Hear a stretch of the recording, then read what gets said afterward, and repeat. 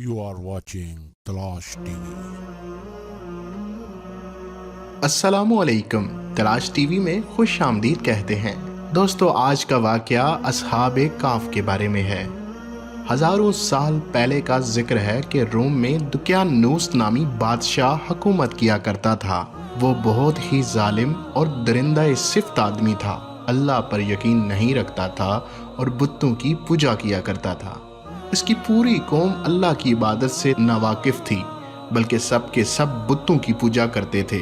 इसी बुत प्रस्त कौम में कुछ समझदार लोग भी रहते थे। वो आपस में अक्सर ये तस्करा करते थे कि ये मिट्टी के बुत हैं जिन्हें कौम वाले खुदा समझते हैं। ये पत्थर की मूर्तियां तो अपनी नाक पर बैठी हुई मक्खी भी नहीं हटा सकती, भला इंसान को क्या फायदा या नुकसान देंगी। कम अकल लोग हैं, इतनी सी बात नहीं समझ। फिर बादशाह भी अजीब आदमी है, लोगों को सख्ती के साथ इनकी पूजा करने पर जबरदस्ती मजबूर करता है। दोस्तों, जो लोग बुतों की इबादत से इनकार करते थे, बादशाह इनको आग में डाल देता था, इनके नाहन खींच लेता था। इस कौम में हर साल ईद का मेला लगता था जिसमें तमाम लोग शिरकत के लिए जाते थे। यहाँ कुश्तियाँ होती थीं, दौड़ के मुकाबले होते और तरह तरह के खेल तमाशे होते। सारे इनाम तकसीम होने के बाद बुतों की पूजा होती और मिठाई तकसीम की जाती।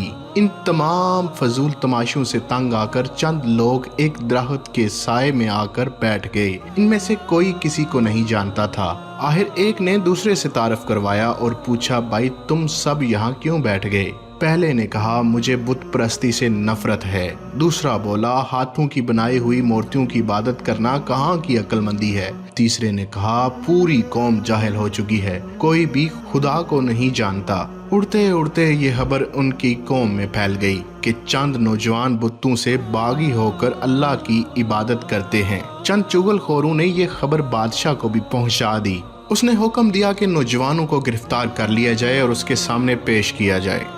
जब ये नौजवान गिरफ्तार होकर महल में गए, एक कैदी नौजवान ने कहा, बादशाह सलामत, हम अल्लाह के सिवा किसी दूसरे की इबादत हरगिज नहीं कर सकते, पर सब ने मिलकर मशवरा किया है कि हम शहर से दूर किसी पहाड़ की गार में चल कर रहते हैं, वहाँ अल्लाह की इबादत करेंगे और जब तक इस जालिम बादशाह की हुकूमत खत्म नहीं हो जाती हम उसी जगह रहेंगे। रात को जब सब लोग सो गए और हर तरफ अंधेरा छा गया तो ये नौजवान खामोशी के साथ उठे, अपना सामान बांधकर कंधे पर रखा और शहर से पहाड़ की तरफ चल दिए। उन्होंने एक कुत्ता पाल रखा था, वो कुत्ता भी इनके साथ चल दिया। चलते चलते दूसरे दिन दोपहर को ये एक पहाड़ के पास पहुंचे। वहाँ एक गार था। उन नौजवानों ने अपने हाथों से इस गार को साफ किया और गार में बैठकर सस्ताने लगे।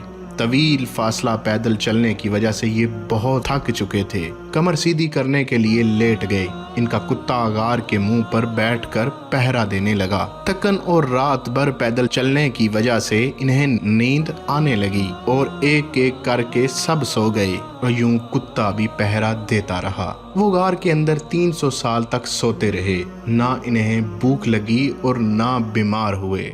300 साल के बाद सब एक एक कर उठ गए। एक दूसरे से पूछने लगे, बड़ी गहरी नींद थी, हम कितनी देर तक सोते रहे? दूसरे ने जवाब दिया, आज हम सारा दिन सोए, आज शायद दूसरा दिन निकल आया है। एक साथी कहने लगा, 2 दिन हो गए हमें सोते हुए, अब बहुत भूख लग रही है। उन्होंने कहा, हम में से एक आदमी जाकर बाजार से खाना ले आए। इनमें से यमलीहा नामी नौजवान कुछ पैसे लेकर खाने का सामान लेने शहर की तरफ जाने लगा। सब ने उसे अच्छी तरह समझा दिया कि किसी को हमारे बारे में मत बताना, वरना जालिम बादशाह गिरफ्तार करके कत्ल कर देगा। जब सब ने यमलीहा को अच्छी तरह समझा दिया तो वो शहर चला गया। उसने देखा कि शहर का नक्शा ही बदल गया है और ऊंची ऊंची इमारतें, सड़कें, गलियां, सब कुछ तब्दील हो गया। यहाँ तक कि मुल्क में चलने वाला सिक्का भी बदल गया। जब यमलीहा खाने की एक दुकान पर गया और जालिम बादशाह के जमाने का सिक्का पेश किया तो दुकानदार हैरान रह गया और कहने लगा, ये तो बादशाह दुकियानूस के जमाने का सिक्का है, तुम्हें कहाँ से मिला?